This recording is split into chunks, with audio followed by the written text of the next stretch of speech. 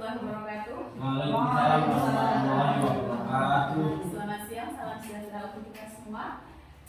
Bapak Ibu yang saya hormati, hari ini kita berkumpul dalam ruangan ini dalam acara pemaparan diseminasi budaya positif oleh Bapak Katrin Wibisono. Marilah kita buka acara pada hari ini dengan bacaan basmalah bersama-sama. Bismillahirrahmanirrahim. Acara yang kedua yaitu menyanyikan lagu Indonesia Raya. Bapak Ibu dimohon berdiri.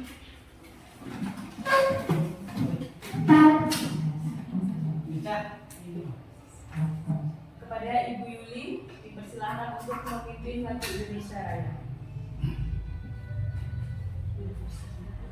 Mari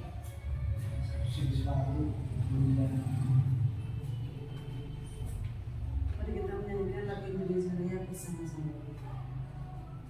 Hiduplah Indonesia Raya, tuh dua. Indonesia tanah airku, tanah tumpah darahku. Di sanalah aku berdiri, jadi pandu hidupku. Indonesia kebangsaanku, bangsa dan tanah airku. Marilah kita berseru, Indonesia bersatu. Hiduplah tanahku, hiduplah negeriku, bangsaku, rakyatku semuanya. Bangunlah jiwanya, bangunlah badannya untuk Indonesia Raya. Indonesia Raya, merdeka, merdeka, tanahku, negeriku yang ku cinta. Indonesia Raya, merdeka, merdeka, hiduplah Indonesia Raya. Indonesia Raya, merdeka, merdeka, tanahku, negeriku yang ku cinta. Indonesia Raya, merdeka, merdeka, hiduplah Indonesia Raya.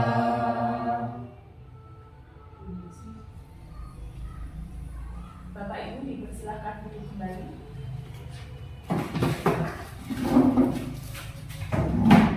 Selanjutnya yaitu pemaparan diseminasi budaya positif oleh Bapak Katrin Wibisono. Kepada beliau dipersilakan.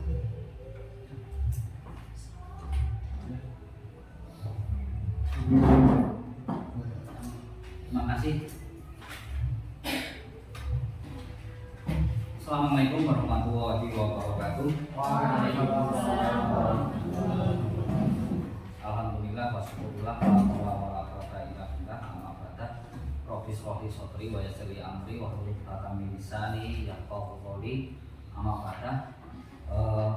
Yang terhormat Bapak Ibu guru dan karyawan SD Negeri 2 Bogosari, Kecamatan Sapuran, Kabupaten Wonosobo. Terima kasih telah meluangkan waktu untuk mengikuti kegiatan diseminasi budaya positif yang akan saya sampaikan. Semoga nanti apa yang saya sampaikan ini menjadi bermakna buat Bapak Ibu semua, dan juga kesempatan ini sebenarnya saya gunakan juga untuk sharing bersama kita untuk memajukan pendidikan di SD kita. Bapak Ibu yang kami hormati, budaya positif itu ada erat kaitannya dengan posisi kontrol dan segitiga restitusi. Posisi kontrol yang bagaimana? Itu yang akan kita pelajari ke depan. Bapak Ibu, ini sekitar diskusi saja. Nek menurut Bapak Ibu budaya positif itu yang bagaimana? Pak Isa, Hal baik yang sering kita lakukan. hal baik yang sering kita lakukan. Kalau Pak Dian Aksana. sama. Ya, Pak Fikri, Tradisi yang kita lakukan sehari-hari. tradisi yang dilakukan dalam sehari-hari itu budaya positif ya, budaya positif. Nanti kita ini adalah budaya positif kalau menurut Kementerian Pendidikan ini. Terwujudnya nilai-nilai dan keyakinan universal yang diterapkan di sekolah. Jadi kita tidak secara apa ya, nilai apa sih di sekolah ini yang ingin kita tonjolkan itu mesti ada kaitannya dengan visi sekolah. Visi sekolahnya apa lah? Di situ kan kemarin kita sudah membahas tentang apa ya, visi sekolah, kemudian apa sih yang akan digarap, utamanya di sini prakarsa perubahannya itu apa? Lah inilah kaitannya dengan nilai-nilai itu. Bisa dipahami di sini nih. Bisa, oke kita lanjutkan. Kemudian ini Bapak Ibu, sebenarnya terkait dengan kurikulum dan juga terkait dengan filosofi pendidikan dari Ki Hajar Dewantara kita itu mempunyai peran ini Bapak Ibu Guru. Yang pertama, mampu menjadi pemimpin pembelajar. Jadi di kelas kan itu jenengan pemimpinnya, di kelas jenengan, pembelajaran di situ yang memimpin jenengan semua. Kalau saya pemimpin di sekolah, kalau jenengan sebagai pemimpin di pembelajaran, jadi abang putih proses pembelajaran itu tergantung jenengan. Anak mau didampingi seperti apa, anak mau diarahkan kemana itu jenengan sebagai pemimpinnya di situ. Jadi bukan wah guru terus neko-neko itu enggak, cuma ini toh. Kemudian mampu membarakkan komunitas praktisi dan komunitas belajar seperti yang kemarin kita bahas. Jadi fungsinya komunitas ini ya untuk sharing-sharing kita. Itu jenengan harus mampu. Kemudian mampu menjadi coach bagi guru lain. Tadi saya melakukan coaching sama Mbak Lian, tapi Mbak Lian tidak terasa. Ya Mbak Lian, ya kan? Ya, coaching jadi Mbak Lian, apa sih masalahnya? Oh seperti ini, terus perencanaannya gimana? Dan sebagainya. Akhirnya Mbak Lian mampu mampu memunculkan idenya, gagasannya sendiri untuk merancang sebuah pembelajaran atau memperbaiki masalah yang timbul dari pembelajaran itu. Itu coachingnya itu di situ. Jadi bukan coaching terus kita mengajar itu enggak, tapi kita menuntun teman kita supaya muncul pikiran kritisnya, ide-idenya itu muncul. Nah, yang kemudian yang ketiga, ini setelah mampu menjadi coaching, ini mampu mendorong kolaborasi antar guru. Jadi kita itu dorong gimana sih kita kolaborasinya antar kita yang seperti apa? Kemarin saya sampaikan bahwa kelas itu, anak itu bukan milik guru kelasnya, tapi itu milik kita semua. Sehingga kita harus bisa berkolaborasi di situ untuk memajukan anak. Kolaborasinya yang seperti apa? Di bidang apa? Nah, ini kan kaitannya misalkan, Mbak Lian itu saya butuh pembelajaran, tapi kok ini bermasalah. Kolaborasilah dengan Mbak Yuli misalkan, sama Bu Yuli ini saya punya siswa seperti ini. Itu bagaimana? Bu Yuli, karena Bu Yuli kelas tinggi itu kan belum pernah merasakan anak itu seperti apa. Kolaborasi dengan kelas bawahnya untuk mengetahui sebenarnya karakter siswa itu seperti apa, gayanya seperti apa, latar belakangnya seperti apa. Itu kan kita kolaborasi dalam mengungkap masalah, bukan berarti kolaborasi itu kita harus ngajar bareng-bareng, itu bisa. Tapi juga kita dalam memecahkan masalah juga berkolaborasi. Itu. Kemudian mampu mewujudkan kepemimpinan murid. Contoh gini, ketika murid itu berdoa, dia kan maju atau dari tempatnya dia memimpin berdoa tanpa ditunjuk. Dan berganti, kalau selama ini kan ketua kelasnya, tetapi gimana sih kita mendampingi anak supaya anak itu lebih sadar ketika dia, saya tak gini, atau dia membuat kelompok dengan dia mencari sendiri anggotanya. Itu dia sudah memimpin, nanti kelompoknya gini-gini aja, ini pembelajarannya kita seperti ini kan, masing-masing kelompok itu mesti ada leadernya. Nah di situ kita latihnya itu di situ. Ini guru itu. Makanya ketika guru ini kita kelompok tugasnya seperti apa, guru mendampingi anak itu tumbuh sendiri rasa ngatur kancane, membuat strategi dalam menyelesaikan masalah itu. Itulah salah satu apa ya, tipe-tipe ketika kita mau membuat anak itu, melatih anak menjadi pemimpin. Itu di situ. Ada pertanyaan dari peran guru ini. Ada ya, sudah jelas perannya di sini guru. Kita posisinya di sini nih loh. Ya. Kalau yang kemarin-kemarin, oh kita guru itu gini-gini ini, tapi yang lebih jelas ini. Kemudian Bapak Ibu, kita sebagai guru juga harus mempunyai nilai. Tadi kan di depan nilai-nilai universal. Nilai-nilai yang ada pada guru itu siapa? Ini Bu, mandiri. Guru itu harus mandiri, jangan hanya kita dapat ilmu dari pelatihan. Setelah pelatihan itu ya kita terapkan itu dok, tapi kita nggak mampu mengembangkan. Ketika ada bintek-bintek, jangan sampai disuruh sudah ada gagasan sendiri, oh ini seperti ini, saya butuh ini, saya membutuhkan ini, saya harus mengupgrade diri. Itu namanya mandiri. Tanpa dioprak-oprak dia sudah sadar bahwa kebutuhan akan dirinya. Misalkan Mbak Juli kelas 6 baru aja ada kurikulum merdeka. Yang harus dilakukan Mbak Juli adalah mengupgrade dirinya tanpa dioprak-oprak oleh temannya, tanpa dioprak-oprak oleh kepala, itu sudah harus mengupgrade. Mbak Ica sama kelas 1 itu bagaimana sih? Mungkin kelas 1-nya di sana sama di sini karakternya beda. Sehingga Mbak Ica juga harus mengupgrade dirinya. Pembelajaran ini seperti apa? Kemudian reflektif. Reflektif ini itu kita setiap kita ngajar, setiap kita ada pembelajaran, tentunya mesti ada permasalahan. Lah permasalahan itu kita bahas bareng. Itulah reflektif. Jadi tadi apa sih, misalkan dalam pembelajaran itu apa sih yang tadi kita pelajari, masalahnya itu apa? Kita ngobrolkan bareng, terus kita sadar kita kelemahannya itu apa sih dalam penyampaian masalah itu.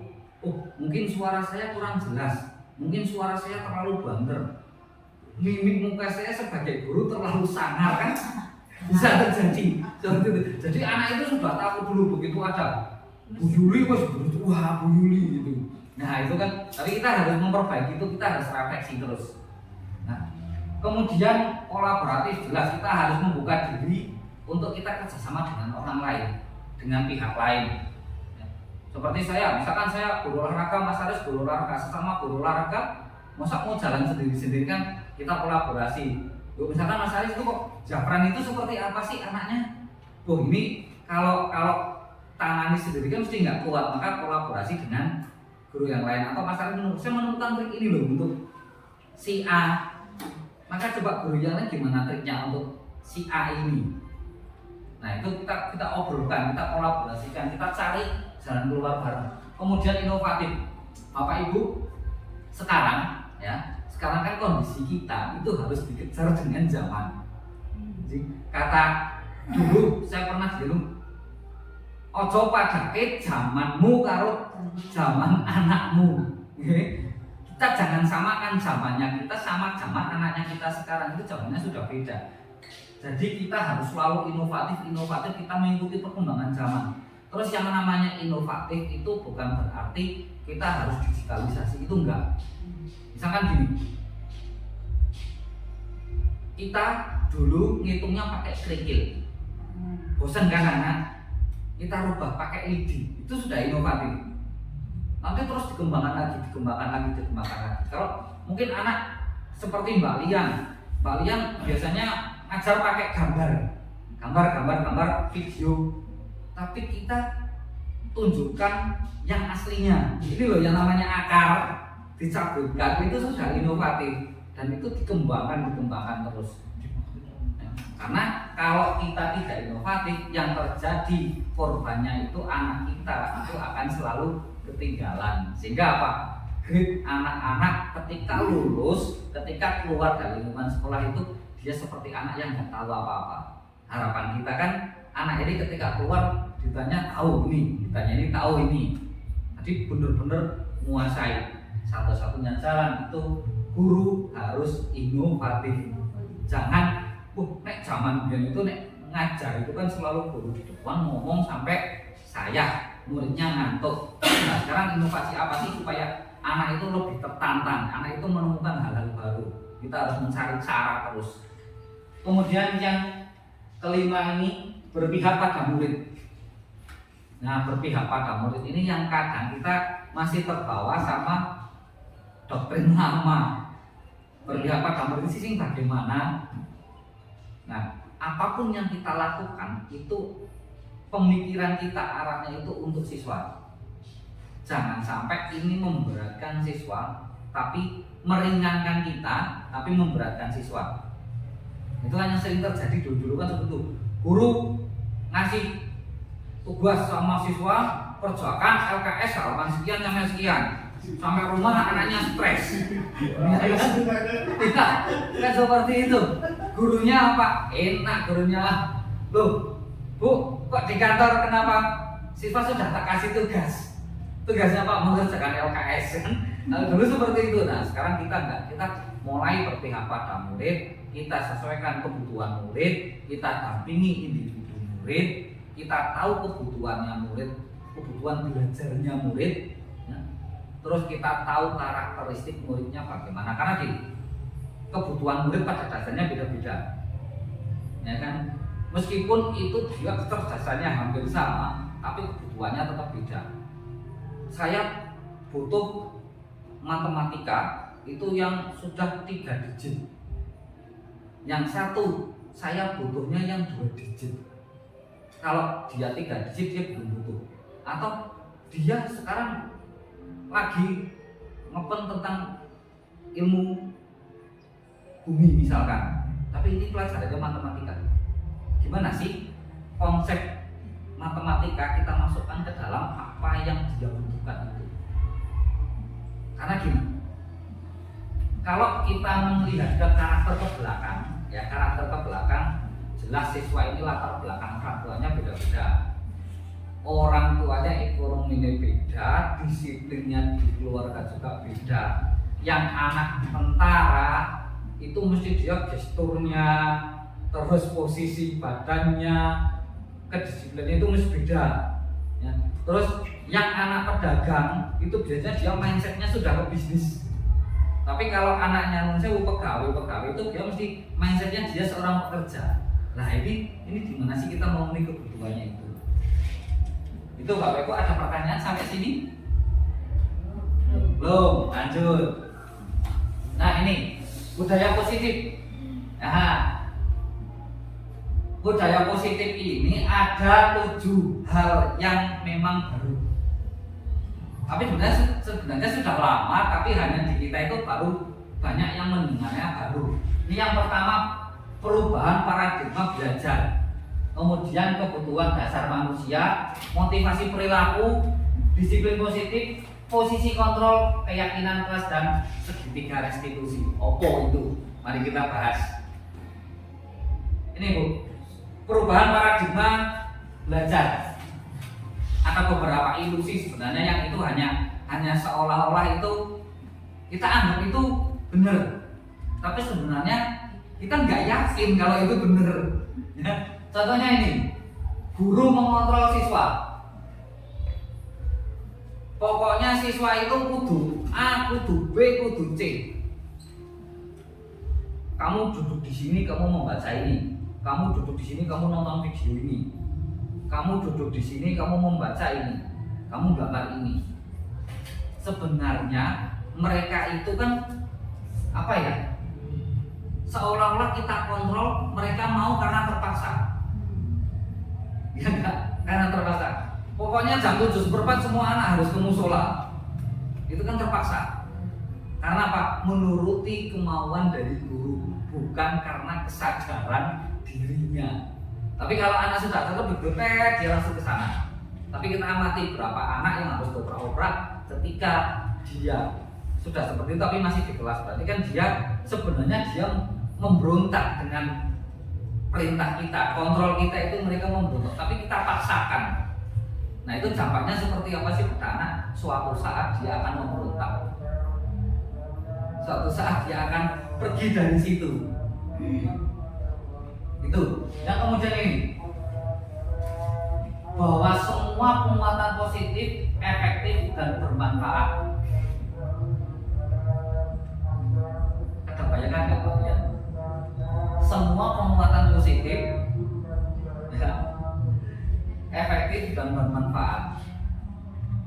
Semua ketika kita memberikan nasihat ke anak itu dalam tanda kutip ada emosi kayak tuntutan kita secara tidak langsung tuntutan kita ke anak. Iya. Oh, kita kan disuruh kamu tuh harus gini. Ben aku itu kamu gini. Tapi kan itu sebenarnya kita menuntut anak, ya kan? Itu bener nggak sih itu bermanfaat bagi anak? Anak itu bisa menerima nggak? Jangan-jangan dia ketika kita kasih tahu juga gini dia cuma buntu atau wah yang penting menuruti Ben. Kan banyak yang terjadi seperti itu. Tapi di samping itu kan ada yang namanya aturan Pak. Aturan Iya. yang harus kita taati. Kalau semuanya mesti ilusi kan berarti kayak aturan itu enggak kan? Oke. Aturan itu Nggak berlaku. Iya, Oke, kan? ya. Nanti aturan itu kita bahas di belakangnya. Ya, itu. Kemudian ilusi bahwa kritik akan membuat merasa bersalah dan dapat menguatkan karakter. Benar nggak? Dikritik itu menguatkan karakter kita apa malah meminderkan kita? Minderkan kan? Mematahkan kita kan? Contoh gini, Pak Ares dengan itu kalau ngajar harusnya seperti ini, jangan seperti ini. Pak Ares kalau ngomong wis bener kok ingin disalahke. Jangan seperti itu. Minimal dalam hati kecil kita itu kita merasa saya kok salah. Dia merasa saya kok nggak pas. Itu akan membuat keminderan. Ya, keminderan. Nah, ini berarti apa? Kritik itu sebenarnya apa ya? Monggo Mbak Parti. Wah, ini kiriman kita sudah bakal. Terima kasih Bu Parti. Ya. Monggo, kita dulu Bu Parti. Jadi kirimannya nanti masuk di YouTube juga Bu Parti. Ya, gitu ya. Bapak Ibu, yang ini kritik itu jelas nggih? Ya. Kita bisa menyadari. Bisa. Bisa, nggih. Tapi itu balik lagi si penerima gitu. Penerima. Penerimanya ketika dia ya menerima ya bakalan bisa menjadi kuat. Tapi ketika orang ada saatnya Tergantung mood. Tergantung mood, ya kan? Tapi gini, kritik itu kalau kita ambil rank dari 1 sampai 100, maka cuma yang 1% yang bisa menerima. Tulus. Oh, berarti lebih saran. Iya kan? Berarti di sini ada beda tipis antara kritik dan penghargaan. Betul, ya. Oh. Ini kan beda tipis kan? Iya. Mana kritik, mana penghargaan gitu kan harus betul-betul seperti dimaknai yang jangan sampai terjadi fase persepsi ini penghargaan tapi nanti malah akan menjatuhkan atau sebaliknya ini kritik tapi malah kan jadi meminderkan gitu kan? Ya. Harus kita betul-betul pahami. Nah, gitu. itu harus pahami. Mana sih yang kritik? Tadi Bu Yuli mengatakan mana yang penghargaan. Nanti ada juga di belakang penghargaan itu seperti apa? Rame, rame. Kritik ya, kritik. Karena sebagian besar kritik itu malah menjatuhkan. Ya. Nah, terus ini ilusi bahwa orang dewasa itu memiliki hak yang untuk memaksa. Ya enggak? Betul. Setuju nanti ya. Setuju. Senioritas akan Jelas. Ini ilusi Mbak. Ilusi ya. Kayak Kayak seolah-olah bener tapi jangan Salah. Kita lanjut. Ini Bapak Ibu bisa terbaca ya. Stimulus respon tentang dunia, teori kontrol tentang dunia. Realitas kebutuhan kita sama. Secara teori kebutuhan kita sama, ya kan? Tapi janjinya beda, iya kan? Kebutuhan saya sama Mbak Dian di sini seolah-olah sama, seolah-olah sama. Secara teori sama, tapi janjinya itu beda. Ya, terus semua orang melihat hal yang sama. Setiap orang memiliki gambaran berbeda. Saya sama di sini ada.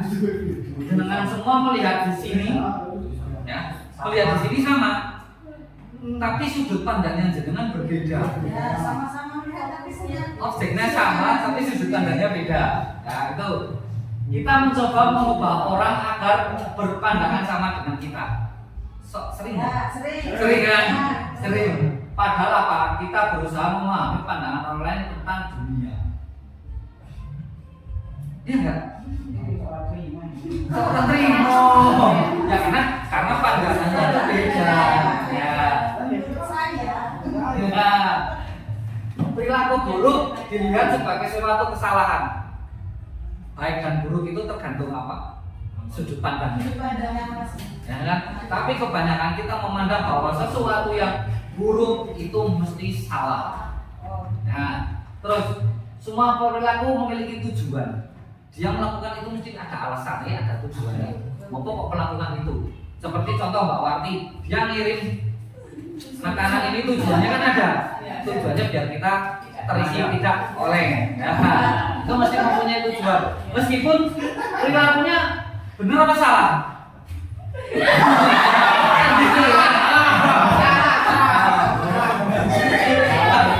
Ini sekitar intervensi saja. Orang lain bisa mengontrol saya. Benar nggak? Aturan itu bahwa saya sebagai kepala sekolah bisa mengontrol jenengan, seolah-olah kan. Tapi realitasnya saya tidak bisa mengontrol jenengan semua. Bu Yuli juga tidak bisa mengontrol saya tidak bisa mengontrol Bu Yuli. Karena apa? Kembali lagi hanya diri kita yang bisa mengontrol kita. Itu. Kemudian saya bisa mengontrol orang lain. Kadang kita terlalu pede. Wah nanti diginikan. Ketika itu lepas dari angan-angan kita kadang kecewa. Ya kan? Karena tidak pas dengan angan-angan. Karena apa? Kita tidak bisa mengontrol orang lain. Kita hanya bisa menyadarkan. Termasuk pada anak itu ya begini. Tidak sesuai ekspektasi. Pemaksaan ada ketika bujukan itu gagal. Betul nggak? Betul ya? Setuju. Sangat setuju ya. Pemaksaan itu ada buat pokok. Ayo, ikut dulu gitu. Kemudian ini kolaborasi dan konsensus menciptakan pilihan-pilihan baru. Konsensusnya seperti apa? Kita ngobrolnya seperti apa? Kerjasamanya seperti apa? Itu kan kita tidak memaksakan, tapi kita kerjasama untuk kebaikan semua. Kemudian model berpikir menang kalah. Ini yang sering terjadi. Model berpikir menang kalah. Pokoknya kalau saya siswanya kelas 6 dapat nilainya 100 untuk matematika banyak, saya akan menang dari SD yang lain. Jangan berpikir gitu. Nah, tapi ini kita akan berpikir model berpikir menang kalah. Berpikir menang kalah. Model berpikir menang atau kalah. Pak, berarti kan ada beda tipis juga antara menang kalah dengan kebanggaan. Itu bagaimana? Nah, kebanggaan. Ya. Itu ada arti sendiri kan nanti bedanya Ya. seperti apa? Beda seperti apa? Nanti kita bahas lagi berikutnya. Kebanggaan. Sudah mulai ramai ini. Oke, di sini ada pertanyaan enggak? Belum. Oke, lanjut. Ini tadi yang disampaikan Bu Yuli ini kaitannya dengan kebutuhan dasar manusia. Bahwa manusia itu mesti butuh bertahan hidup. Dengan cara apa? Makan. Ya, makan, minum, supaya energi itu kita butuh jajan. Ya. Terus kebutuhan cinta dan kasih yang kebutuhan untuk bisa diterima. Ya, kalau misalkan kita kesini seperti Mbak Ica kesini, kok nggak diterima Mbak Ica? Akan gelisah dalam kok saya seperti ini. Ya kan? Berarti kita kan butuh diterima di lingkungan kita. Ya kan? Itu mesti butuh. Kemudian butuh penguasaan. Kebutuhan pengakuan atas kemampuan. Pilih pengakuan atas Mbak Wian dia ahli dalam matematika, dia butuh. bergerak. Nah, anak kadang dia ketika dia bisa menjawab pertanyaan, wah hebat, Betul apus. terus dan sebagainya kan, itu pengakuan dia apa? Ingin menunjukkan bahwa saya itu bisa. Itu dia butuh suatu pengakuan. Kita pun sama, kita butuh suatu pengakuan. Namanya Bu Yuli sudah bertahun-tahun gini untuk kenaikan pangkat itu kan juga suatu pengakuan kinerja yang bagus. Ya, Mas Aris pengakuannya dengan mengikuti apa PPG itu kan salah satu bentuk juga pengakuan. Ya, kebutuhan kebebasan, kebutuhan akan pilihan. Kebutuhan akan kebebasan jadi memilih, monggo silakan dipilih. Jadi nanti Mbak bisa dikekang, misalkan gini, Mbak Lian antara rapat sama bapaknya pilih mana? Kan itu bebas, kebebasan, dan ini tidak bisa dikekang. Mbak Lian butuh kebebasan itu, nggak boleh. Oh harus sekarang, harus di sini, harus di sana, itu nggak bisa. Kita butuh, karena itu akan menyiksa diri kita sendiri. Karena manusia itu pada dasarnya butuh akan kebebasan. Selanjutnya kebutuhan akan kesenangan. Jelas ya, kesenangan kita. Nah iya, kita butuh merasa senang. Kalau kita nggak senang, gurunya nggak senang, bagaimana kita ngajar siswa? Gurunya aja merengut, siswanya takut. Ya seperti itu. Makanya kita harus senang dulu. Ketika kita mau menyenangkan orang lain, kita harus senang dulu. Jangan lupa bahagia. Jangan lupa bahagia. Nah, makanya dalam guru penggerak itu salamnya salam dan bahagia. Tujuan pendidikan Ki Hajar Dewantara kesananya adalah selamat dan bahagia. Itu. Oke, lanjut. Ini ada motivasi perilaku. Bapak Ibu bisa dilihat di sini ada tiga permasalahan di sini. Ketika kita datang ke sekolah, ya, ketika Mbak Wati juga datang ke sekolah, ini Mbak Wati datang ke sekolah untuk menghindari ketidaknyamanan atau hukuman. Contoh kita datang ke sekolah jam 7:45. Kenapa kita datang segitu?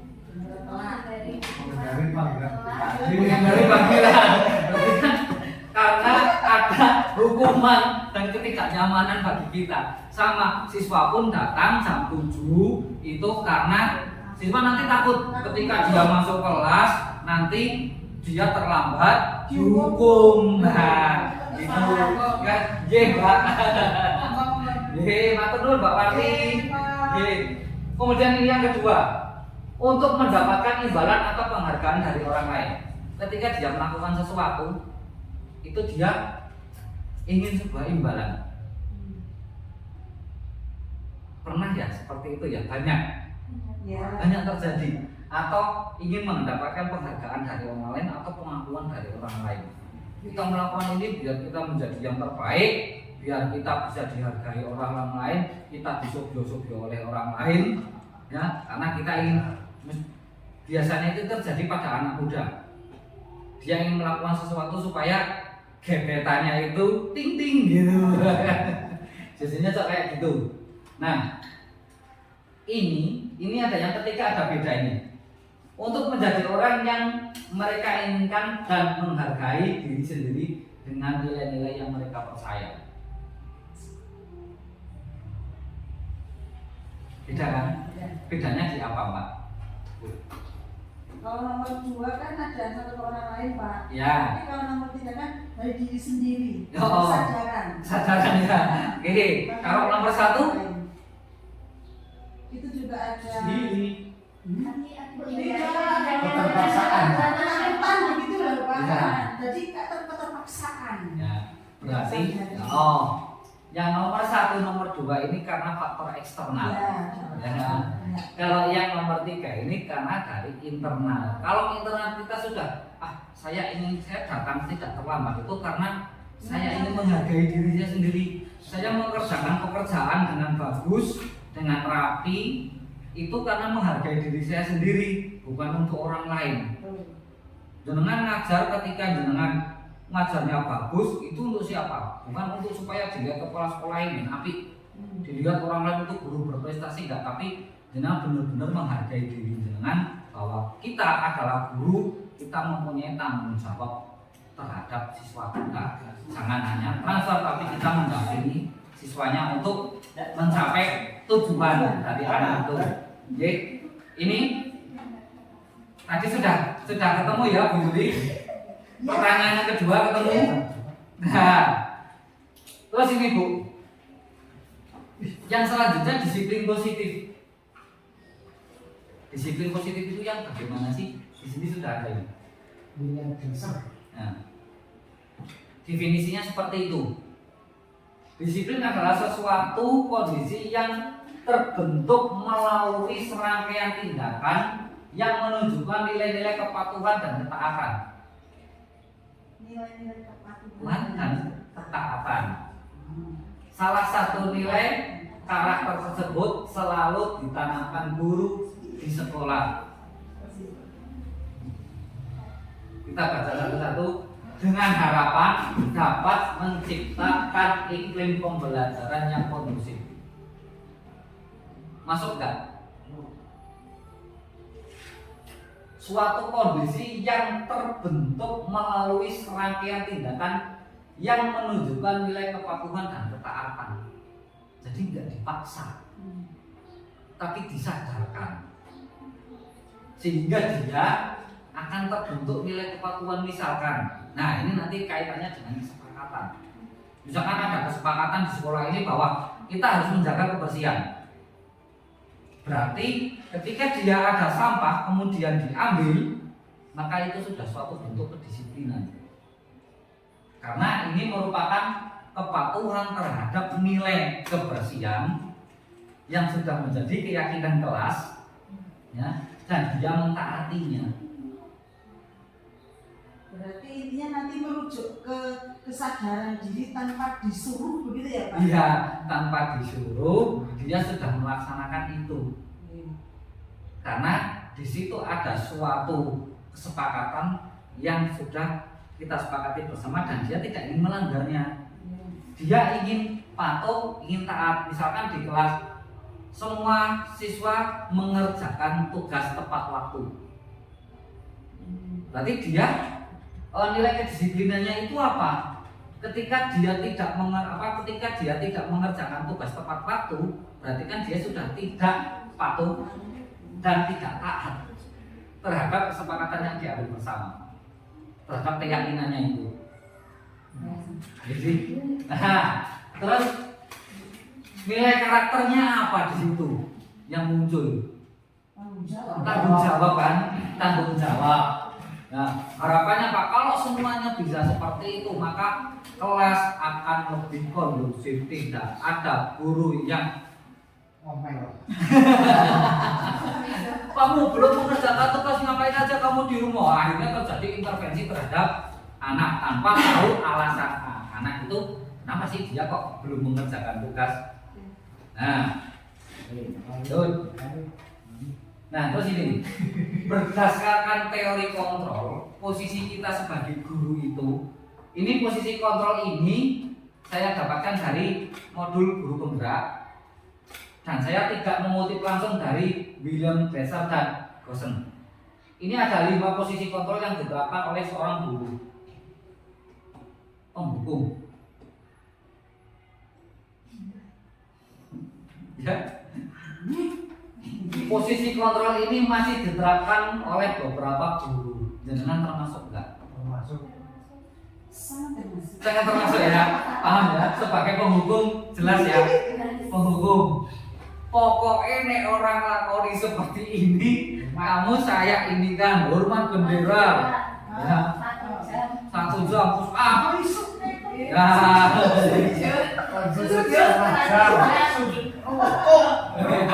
Ya, itu berarti termasuk hukuman ya. Oke. Guru ini kadang melakukan posisi kontrolnya di sini. Dia sebagai seorang penghukum. Sering guru melakukan itu. Kemudian yang kedua, membuat rasa bersalah. Uyu. Pembatasan bersalah ini sih bagaimana sih? Masalah sebagai lagi. Bersalah disalah-salah kayak Ngomong salah ngomong tambah salah. Gini, biasanya itu guru ini akan menciptakan suasana yang lebih hening, ya kan? Hening, anak kita ngobrol, kemudian anak itu di kelas ketika dikasih tahu sama gurunya kamu itu harusnya gini. Coba bayangkan ketika kamu seperti ini kamu akan jadi terus anak akan bergejolak di hatinya. Yolah nyempol salah akhirnya anak jengkok bahkan nangis. Anak itu merasa apa yang dia lakukan nyempol salah. Itu kan salah dia. Sering ya, dulu ada ya yang seperti itu. Juga anaknya itu bingung, lapor salah. Bahkan anaknya itu sampai nangis. Terus yang selanjutnya ini sebagai teman. Bisa. Sebagai teman itu sebagaimana sih? Rasa sayang. Iya, dia akrab. Bisa. Kan kata-kata sebagai teman dan kata-kata sebagai seorang punggung kan jelas kamu salah, kamu harus seperti ini. Di sini banyak kok seperti teman. Karena bahasanya ada di teman, saya di teman. Ada belum pak? Yang tak seperti teman. Nah, jadi kita kan nek seperti teman gini misalkan, gimana sih ini? Ayo kerjakan lah. Ayolah, kerjakan kita bareng-bareng kerjakannya. Coba bisa enggak? Nah, masa sebelumnya aja enggak bisa, ayolah, gitu kan? Kita seolah-olah seperti teman. Ini kadang ada guru yang seperti ini. Ayo kita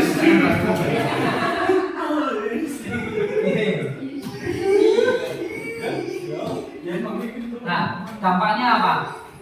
Kalau kita seperti teman itu biasanya anak akan tergantung. Nanti kita anak itu nggak mengerjakan tugas nggak apa-apa. Nanti kan Pak Guru membantu.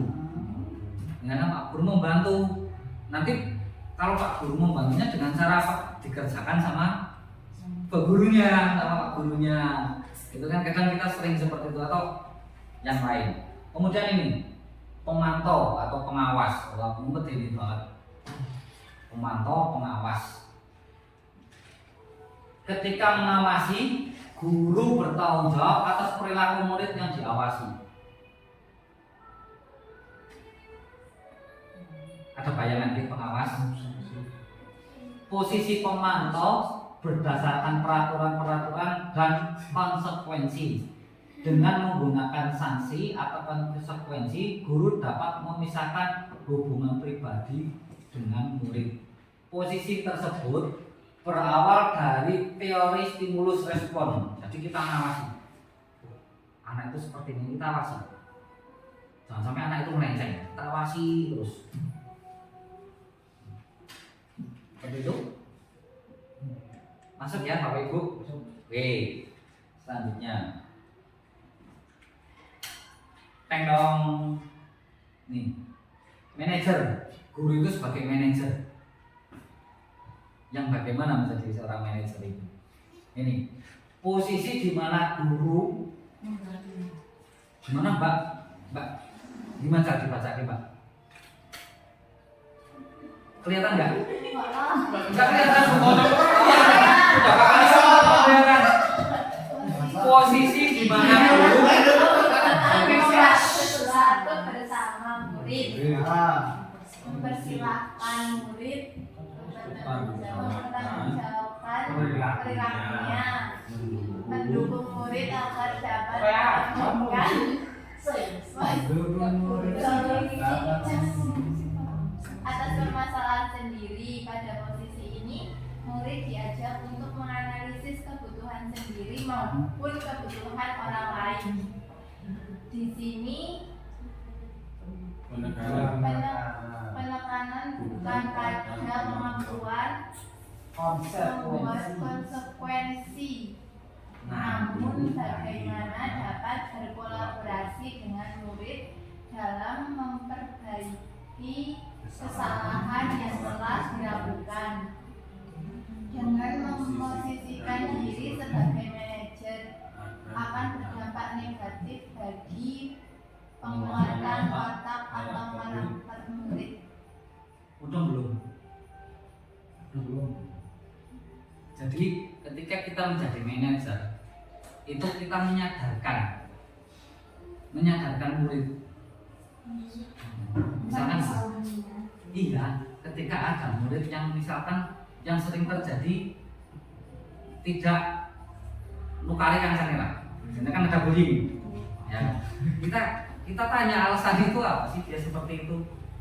Sadar nggak dia tentang itu? Tapi dengan apa kita ngobrol tanpa kita menyalahkan dia, tanpa kita menghukum dia, tapi kita kuatkan dia supaya sadar dengan apa yang dia lakukan adalah suatu kesalahan dan dia akan memperbaiki kesalahan tersebut. Itulah posisi kita. Berarti menggali. Betul, menggali.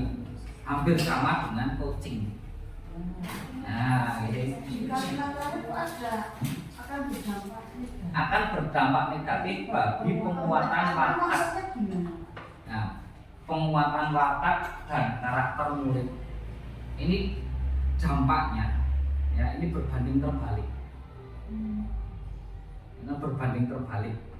Jadi karakternya itu akan semakin kuat. Dampak itu kan negatif. Dampak itu kan sudah negatif. Dampak negatif berarti negatif ketemu negatif. Positif kan? Iya.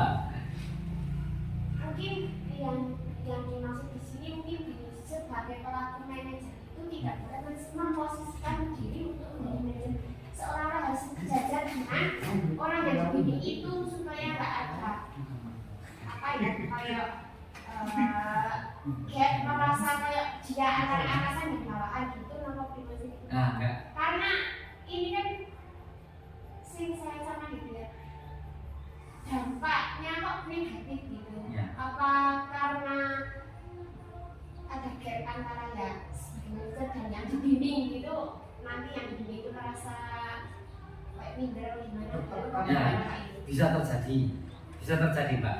Jadi gini, kita ketika jadi manajer itu kan kita harus akrab untuk bisa menggali.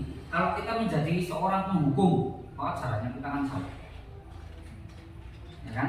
Penghukum dengan yang dihukum itu kan jalannya salah. Sedangkan ketika kita menjadi manajer ini secara psikologis kita akan lebih dekat. Nah, ini mengurangi dampak negatif dari karakter itu. Kecewa, merasa bersalah, merasa saya itu enggak terpakai, ya, dan sebagainya, tidak dihargai. Tapi kalau kita posisinya kita sebagai manajer, maka anak itu akan merasa diorangkan, anak itu akan merasa dihargai, sehingga dampak negatif dari penguatan watak ini akan tertekan. Dampak negatifnya. Oke? Pun kalian? Oh iya. Ya? Penjelasannya memang di atas. Di atasnya, iya. Itu. Pada posisi ini mulai diajak kemana kedua jadi memang tidak pernah baik di sini karena berpada mau membuat konsekuensi namun dari mana dari dua konsekuensi dan memperbaiki kesalahan yang telah dilakukan baru yang Nah, baca atasnya Iya. tapi ketika baca bawahnya kayak Cuma bingung. garis bawahnya Memang posisi posisinya kalimat dampak negatif bagi penguatan watak. Berarti ini kayak kita pakai berarti jadi kayak manajer itu buruk. Iya. Nah, jadi gini, ada beberapa kata dampak. Dia akan berdampak pada ini. Berarti dampaknya itu mesti dampak itu adalah kata-kata yang konotasinya negatif. Kalau yang konotasinya positif apa? Dampak, tiba. Itu kan ke negatif. Kalau yang positif Bermanfaat. PR bagi Bapak Ibu guru. Oke, kita lanjutkan. Ini Bapak Ibu, wah cilik-cilik banget, kurang besar Mas Aris. Identitas gagal, identitas berhasil, identitas berhasil sukses adalah kontrol diri. Ada kontrol dari luar 2, kontrol dari diri 1. Hukuman membuat rasa bersalah teman, pemantau, dan manajer. Ini bedanya di sini. Motivasinya guru berbuat, misalkan hukuman menghadik, menunjuk, menyakiti, menyindir. Ini sudah hukuman. Dalam kasus ini, membuat rasa bersalahnya gimana? Mencemooh dan mengatakan seharusnya itu kamu itu seperti ini. Wah teman yo. Nah, ibu itu kecewa sekali dengan apa yang kamu lakukan. Harusnya kamu itu seperti ini. Kan anak kan ya, saya bersalah. Nah, kemudian ini, tapi apa? Dia merasa bersalah itu bukan karena kesadaran diri, tapi dari yang disampaikan oleh gurunya itu. Bapak itu kecewa sekali dengan kamu. Harusnya kamu itu mampu seperti ini, tapi kamu nggak mampu. Ada tekanan di situ. Dia sadar karena dari luar. Kemudian ini, teman membuatkan alasan-alasan untuk muridnya. Perilakunya guru itu ketika ada murid yang salah dia, wah itu enggak gini. Ya kan? Pemantau, menghitung dan mengukur.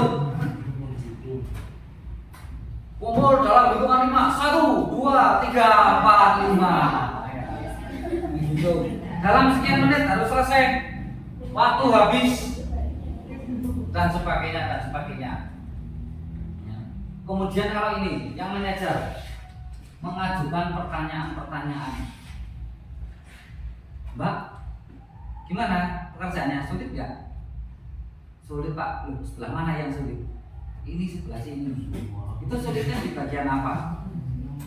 Belajar nggak tadi? Nah, dan terus dipancing sehingga dia akan sadar dengan dirinya. Itu contoh di sini. Termasuk ini perkataannya. Seperti hukuman ini yang poin murid berkata, biarkan saja nanti juga marah-marah lagi. Jadi dia ketika ada hukuman itu dia paling-palingnya seperti itu.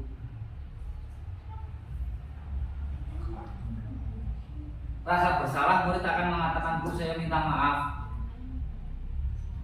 Ya kan? Kemudian ketika menjadi teman itu siswa akan berpikir, terutama yang kecil-kecil, saya kira Bapak Ibu teman saya, ternyata Bapak dan Ibu guru bukan. Ya kan? Dia merasa udah wis friend banget sama gurunya, ternyata enggak. Nah, itu. Kemudian kalau yang manajer, bagaimana cara saya bisa memperbaiki keadaan? Caranya gimana sih supaya saya bisa memperbaiki keadaan? Ketika saya salah. Di sini ada pertanyaan Bapak Ibu. Oh iya, monggo. Lanjut ya. Mbak. Terus posisi kita selama ini di apa sih? Kadang-kadang ya. Terus saya menurut jenengan yang paling ideal itu kita sebagai apa? Manajer ya. Manajer. Oke, sip. Kita lanjut. Disiplin positif melalui segitiga restitusi. Pernah dengar Pak? Segitiga restitusi? Belum ya, baru kali ini. Pusing Mbak Isa.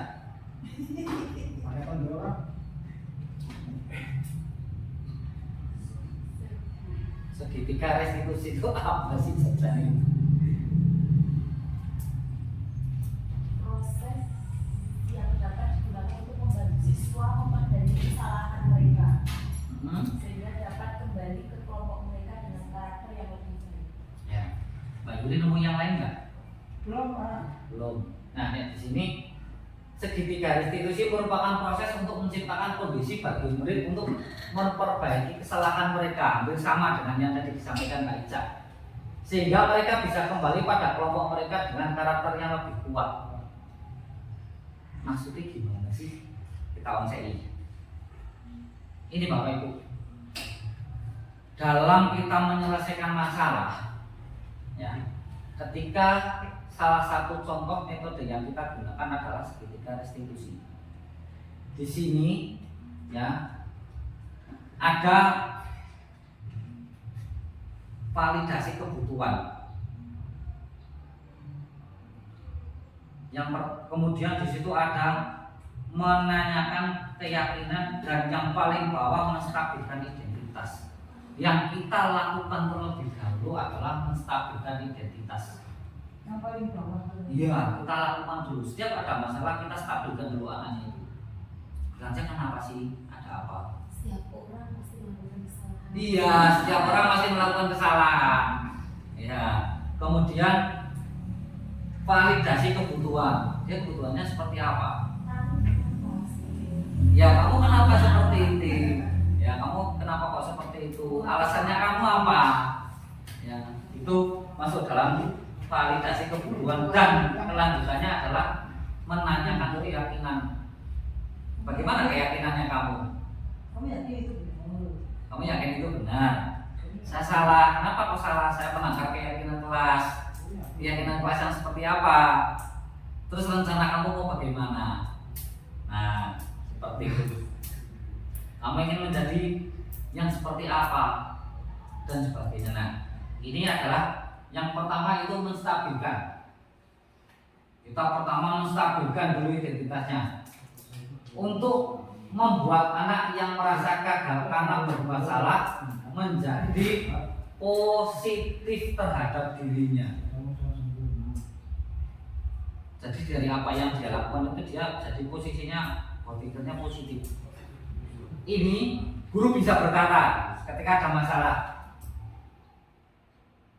buatlah salah satu itu adalah hal yang manusiawi. Berbuat salah itu manusiawi, kabeh wong mesti berbuat salah.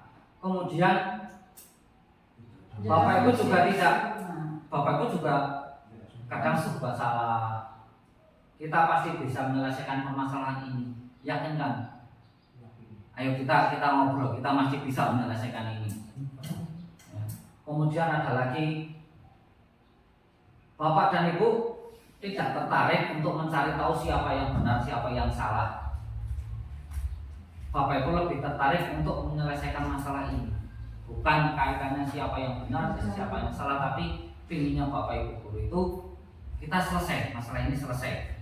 Jadi tidak ada pembenaran, tidak ada menyalahkan. Dan kemudian kalau kamu menyalahkan diri sendiri dengan terus-menerus, apakah kamu bersikap baik pada dirimu sendiri? Ya kan, seperti itu. Dan ini pertanyaan ini bisa dikembangkan. Langkah selanjutnya adalah validasi kebutuhan. Guru bisa mengatakan apa di sini pada anak yang bermasalah? Kamu bisa saja melakukan hal yang lebih buruk, tapi kamu tidak melakukannya. Ayolah. Nah, kamu pasti ada alasannya melakukan itu. Misalkan, oh dia terlambat, kan mesti ada. Ada alasannya. Kenapa sih? Nah, kemudian, iya. Kamu boleh tetap berusaha menjaga sikapmu, tapi tambahkan sikap yang lain yang baru. Misalkan dia ngantukan, tiap di kelas tidur, itu kan kita juga masalah gitu. Kita nyarinya gimana? Kita validasi dulu. Apa? Yang pertama kita apa, Mbak? Menstabilkan dulu identitasnya, kemudian kita validasi, dan yang terakhir, ketika sudah divalidasi permasalahannya sudah ketemu, kita yakinkan dia dengan keyakinan kelas yang sudah kita sepakati bersama. Apa sih sih nilai yang kita percaya di kelas kita? Nah, dan seterusnya, kamu ingin jadi anak seperti apa? Apa yang kamu rasakan ketika melakukan hal itu? Kan dia, oh saya merasanya itu belum, Menyesal. saya menyesal dan sebagainya. Itu anak akan bisa seperti itu. Dan ini akan bisa dikembangkan tergantung dari usia anak masing-masing.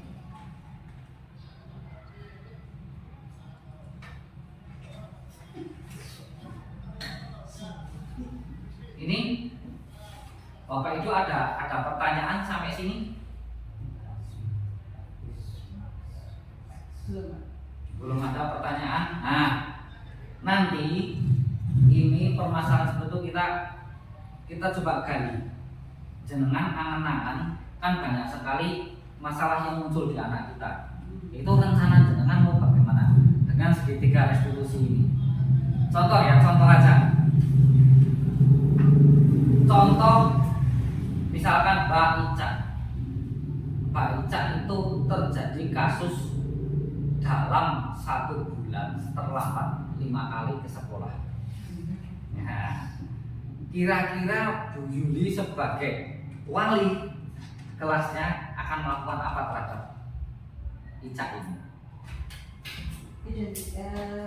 Identifikasi masalah dulu Pak, menanyakan kebutuhan apa yang terjadi pada anak itu kok sampai terlambat 5 kali dalam 1 bulan. Kemudian kita tanyakan 3 hari lebih dalam lagi, apakah di rumah tidak ada yang membangunkan atau bagaimana kok sampai terlambat? Ya. Kamu sekolah itu senang apa tidak sih? Misalnya kok kayak misalnya berangkatnya kok selalu terlambat, berarti ada keinginan sekolah apa tidak? Kok kayaknya tidak ada keinginan bangun pagi atau bagaimana, seperti itu salah satu contohnya. Ya, terima kasih Bu Yuli. Jadi gini, tadi Bu Yuli sudah lompat. Apa yang Bu Yuli lakukan itu sudah melompat ke, kita kembali lagi. Itu kebutuhan. Iya. Validasi kebutuhan ya kan. Nah, kita ke sini dulu. Ya, kita stabilkan dulu. Anak itu kan ketika datang terlambat dia sudah takut. Rasanya sudah gak genap-genap. Ketemu guru dia sudah takut, dan kita stabilkan dulu. Kita yakinkan dulu bahwa ini tuh nggak apa-apa. Ini akan baik-baik saja. Kita hanya akan menyelesaikan permasalahan ketika Mbak Ica ini terlambat sampai 5 kali. Kan mungkin semua orang bisa melakukan itu dengan ini pertanyaan-pertanyaan. Gak apa-apa Mbak Ica, memang semua orang itu bisa saja berbuat salah. Bapak Ibu guru juga manusia biasa. Bapak Ibu guru juga kadang terlambat, bisa gini. Nah, kemudian setelah posisinya anak itu stabil, biasanya dia stabil itu dengan apa? Nafasnya, raut mukanya, itu sudah tenang, baru kita ke validasi kebutuhannya. Tadi Mbak Ica terlambat 5 kali, kenapa ya Mbak Ica? Oh tadi saya gini. Kalau kemarinnya lagi, wah dia akan bercerita. Oh kita gali di situ, dia itu sebenarnya kebutuhannya ya apa sih? Kenapa kok Mbak Ica ini bisa bangun siang terus kok sering terlambat? Ternyata Mbak Ica ini misalkan tidurnya terlalu malam. Kenapa kok tidur terlalu malam? Ngegame. Bocil FF ya itu gitu. Itu kan kita juga validasi. Terus langkahnya kita setelah kita tahu oh ternyata masalahnya itu ini loh. Terus kebutuhannya itu apa sih? Dia butuh apa? Dari situ kita berarti butuh sebuah pendampingan. Kita butuh bahwa anak itu juga kita butuh koordinasi dengan orang tua. Siapa saja temannya, bagaimana kesehariannya, itu kita gali di situ. Kita ajak ngobrol sehingga anak itu nantinya akan menyadari oh ternyata yang saya lakukan itu salah, sehingga saya akan memperbaiki. Dengan cara apa? Saya akan tidur lebih awal, saya tidak akan game, saya akan tidur lebih awal sehingga bisa bangun pagi dan tidak berangkat terlambat datang ke sekolah. Itu muncul dari dalam diri sendiri, bukan karena kalau terlambat itu dihukum, tidak boleh masuk sekolah, harus menunggu jam pertama selesai baru masuk dan sebagainya. Itu kan merupakan sebuah hukuman. Itu. Nah, terus tindak lanjutnya kita mau seperti apa pada keyakinannya? Mbak Ica, kalau Mbak Ica terlambat, itu Mbak Ica merasa bersalah enggak? Oh iya, saya merasa bersalah. Malu Kenapa? tidak. Malu tidak? Malu. Kenapa kok malu? Ya, dan sebagainya, termasuk kita menyinggung. Terus kalau Mbak Ica terlambat itu melanggar keyakinan kelas yang sudah dibuat bersama enggak? Iya Pak, apa? Disiplin. Datang tidak terlambat atau datang tepat waktu. Datang tepat waktu, saya datangnya sudah tidak tepat waktu, sehingga saya merasa bahwa saya melanggar kesepakatan bersama. Terus rencana Mbak Ica mau bagaimana? Saya besok mau gini. Mbak Ica kalau begitu, Mbak Ica sudah sadar ya. Kalau Mbak Ica salah, iya. Terus Mbak Ica mau memperbaiki diri. Terus misalkan, oh Bu Guru nanti mau koordinasi dengan orang tua kamu, kerjasama dengan orang tua kamu supaya bisa mengontrol kamu di rumah, kita bisa bersama-sama. Caranya gitu. Jadi kita jangan setiap ada masalah anak kamu salah gini. Itu anak sudah takut duluan. Dan itu biasanya anak-anak seperti itu terjadi di kelas-kelas atas. Itu dia sudah merasa minder, sudah merasa takut, sudah merasa nggak enak, sudah merasa ini pembulian dan sebagainya. Mungkin itu Bapak Ibu ada pertanyaan tentang disiplin positif, budaya disiplin di kelas, ya. Itu kan tadi yang disampaikan adalah sangat perilaku ya. Kalau Ya. misalnya ini masuk ke pengetahuan, misalnya salah satu contoh, di dalam satu kelas itu ada anak yang misalnya kemampuan berhitungnya itu masih sangat rendah.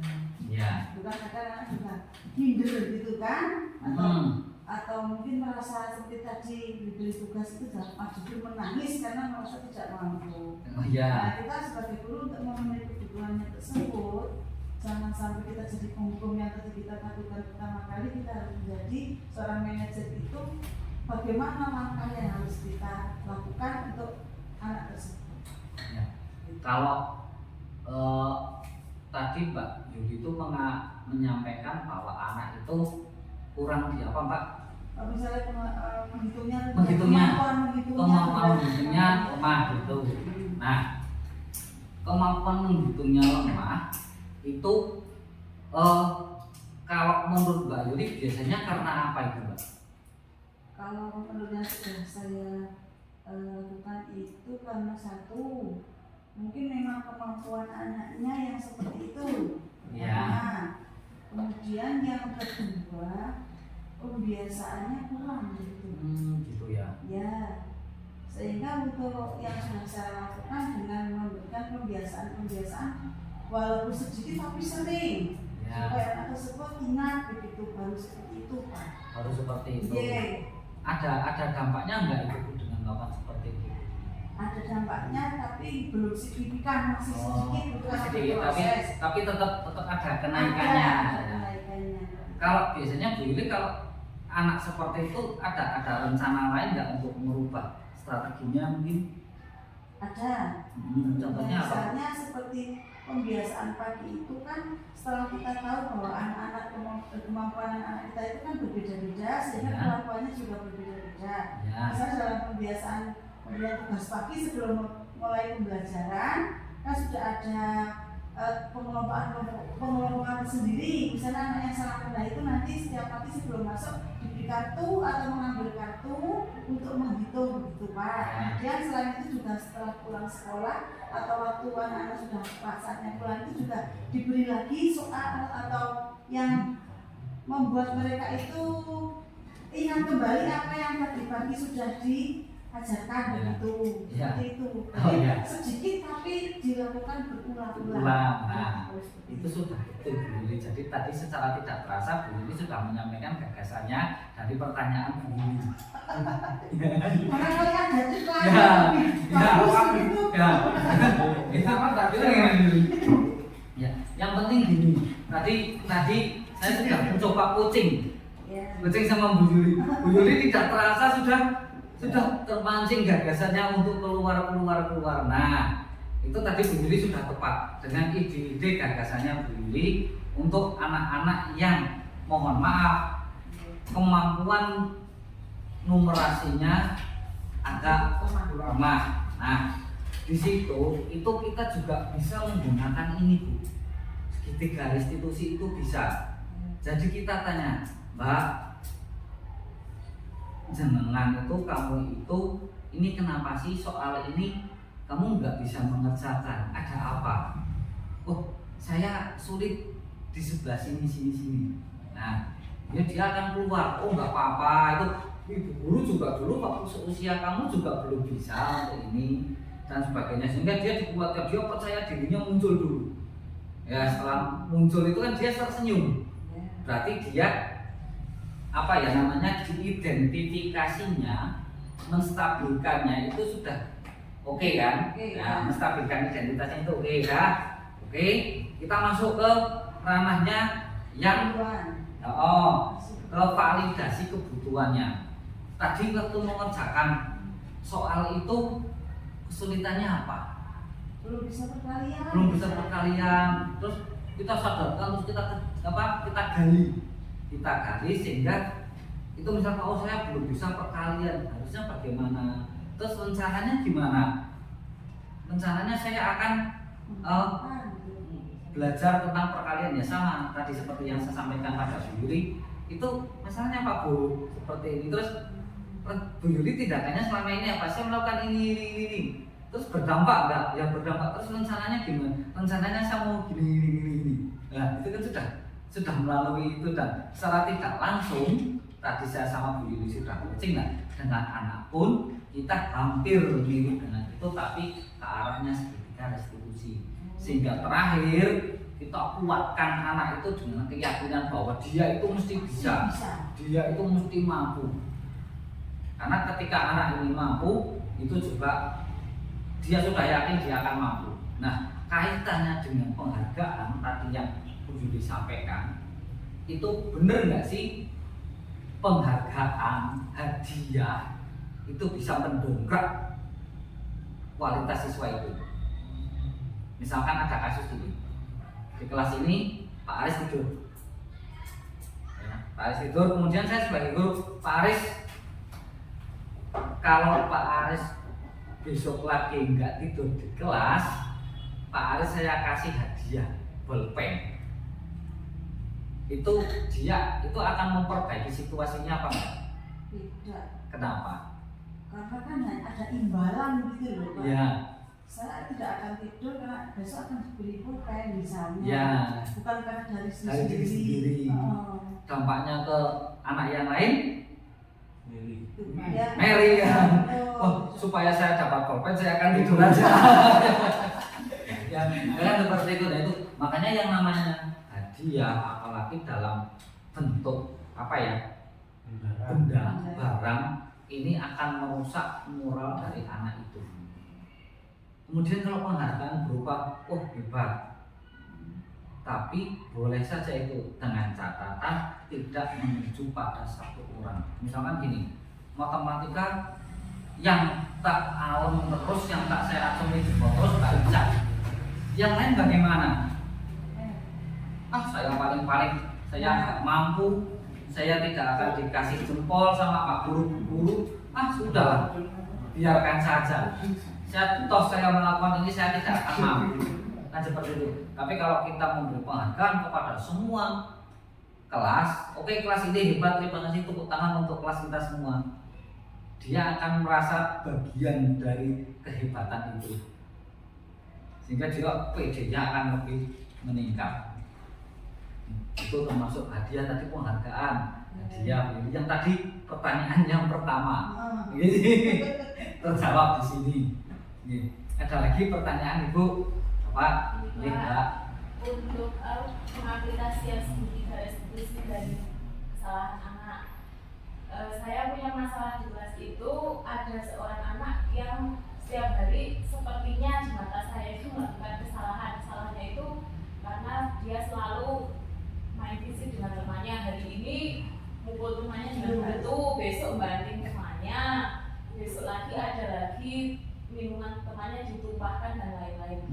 ketika kita melakukan ini teori segitiga restitusi ini, kita mencoba berkomunikasi dengan dia, tapi dia tidak bisa diajak komunikasi, ditanya kamu itu kenapa, dia tidak menjawab, kemudian mau kamu itu apa, dia tidak menjawab, tapi di lain hari dia mengulangi kesalahannya seperti itu terus. Nah, apakah ada teori lain Pak, mungkin segi 4 atau segi 5 yang bisa lakukan?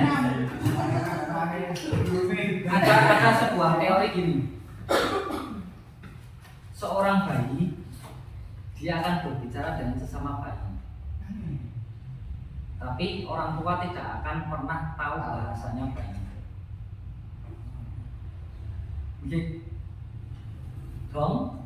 Nah, terus ketika kamu ingin berbicara dengan seorang anak-anak, maka kamu harus jadilah anak itu. Bisa jadi Iya. Kalau jadi gini, kalau Mbak Ica pengen ngobrol dengan Adam dengan Einstein, maka Mbak Ica harus menurunkan posisinya menjadi seolah-olah seperti Adam. Bermain peran. Iya, bermain perannya di situ. Nah, ketika Mbak Ica sudah masuk dalam dunianya Adam, maka terapkanlah ini. Maka dia akan bercerita. Ya. Tapi kalau Mbak Ica masih dalam posisi seorang guru, dia akan takut, dia tidak akan pernah bercerita. Karena bagi dia, guru itu adalah seorang penghukum. Guru ini adalah seorang yang image-nya sudah makanya anak-anak itu kita harus turunkan dulu. Kita jadi manajer dengan cara apa? Kita turun ke bawah. Kita ajak ngobrol. Ngobrolnya tidak harus langsung ke situ, tapi kemana mana dulu, baru ke arah situ. pusing Pak, saya ngobrol. Ya pusing. Mungkin melalui temannya. Namanya seperti contoh gini. Di antara kita yang bisa ngobrol sama Mas Intan cuma Mas Awang. Enggak. Saya sebenarnya sudah tahu kalau ngobrol sama Indah langsung kita tidak bisa. Iya. Harus melalui orang lain temannya Indah. Lah nanti itu bisa tahu. Ya. Tidak bisa langsung saya suruh seperti Indah, nggak bisa Pak. Tapi saya sekarang makanya Indah dekat dengan siapa lah. Jadi ngomong ke temannya itu baru saya bisa lakukan dulu. Indah sebenarnya ya, contohnya Dafran sekarang kan dekat dengan Raffi. Iya. Nah gimana bisa Dafran mau nulis ya saya bilang ke Raffi, mungkin mendekat Raffi bilang ke Dafran melalui perantara. Ya. Kalau langsung sekarang ke Dafran kita Lari. kita pusing. Nabi Adam. Ya. Nah itu ya ini nggak bisa teman ya. Adam sebabnya teman Pak. Nah itu. Ada semua. Ini loh Mbak, sing dimaksud kolaborasi itu di sini. Refleksinya di sini. Jadi Mbak Ica tadi punya masalah Adam, Mas Awang punya masalah Indah. Ternyata perlakuannya kan beda.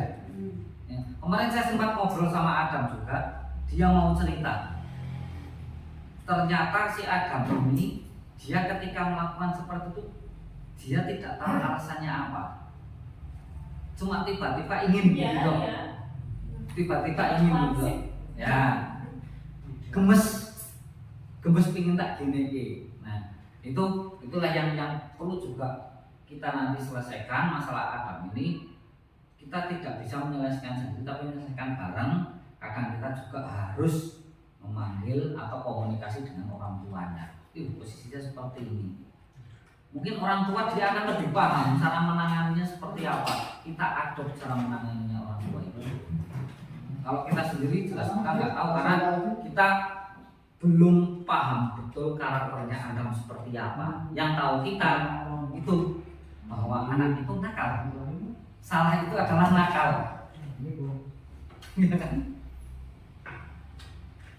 Kembali ke sini tuh Mbak Ica.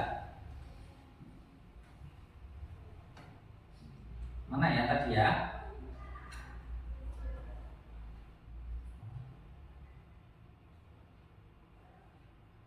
Ini Mbak Ica. Yang manajer, yang apa? Yang si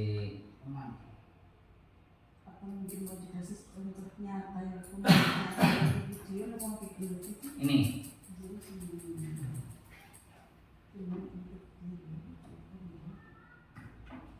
perilaku buruk terlihat sebagai suatu kesalahan, ya kan? Tapi kalau berdampak buruk bagi orang lain kan Ya. masalah Pak. Ya, Berdampak buruk bagi orang lain kan dia mempunyai tujuan mesti melakukan seperti itu. Dia mempunyai alasan kenapa seperti itu, atau kan alasan itu kadang gini Mbak, anak itu dia melakukan seperti itu karena ada masalah di rumah, pelampiasannya di sekolah. Jadi permasalahannya di rumah, pemantiknya di sekolah. Kadang kita juga seperti itu. Kita masalah di rumah, anak kita rewel dan sebagainya, jadi masalah sampai sekolahan, siswanya kita yang jadi pemantik, jadi korban. Ya, atau kita bermasalah di sekolah sampai rumah, suaminya yang jadi korban. Ya, kadang seperti itu. Jadi kita harus telusuri dulu permasalahannya itu dari mana. Makanya di situ kita ini validasikan dulu. Jadi kita validasikan si Adam ini seperti apa, kebutuhannya itu apa. Apakah dia ingin sebuah pengakuan? Apakah ingin sebuah kepercayaan?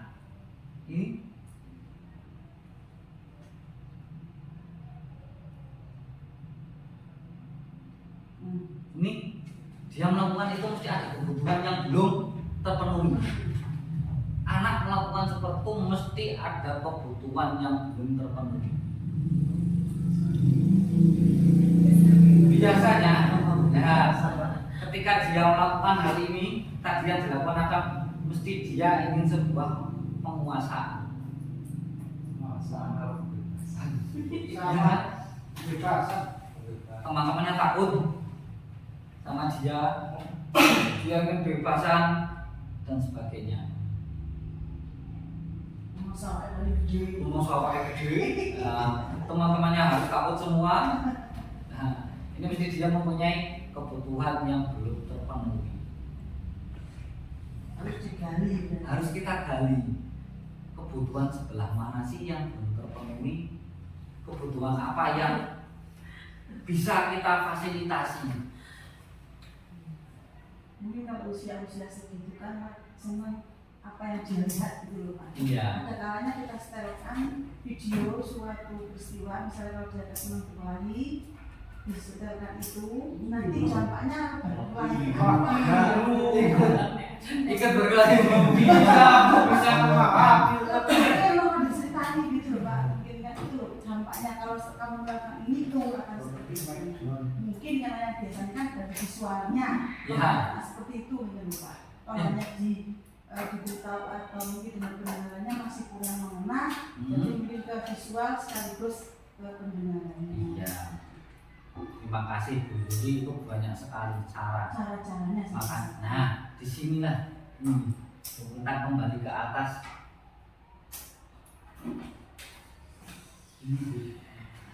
Nilai guru kita kolaborasi. Jadi apa?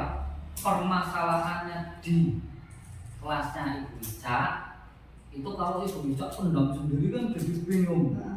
Oh, ternyata Bu Yuli ada solusi, Pak Awang ada solusi. Ini loh, guru itu mempunyai nilai harus berkolaborasi untuk pemecahan masalah bersama. Dan yang kita lakukan itu adalah suatu bentuk refleksi. Ya kan? Nah, nanti dalam Kombrul juga bahasnya seperti ini. Memberikan ke sana ya Pak. Iya, di sana. Ada lagi pertanyaan? Cukup, kalau cukup, terima kasih. Semoga pertemuan singkat kita ini, diseminasi kita yang singkat ini bisa kita terapkan di kelas kita untuk memajukan siswa-siswa kita. Karena sekali lagi ini yang paling Ya.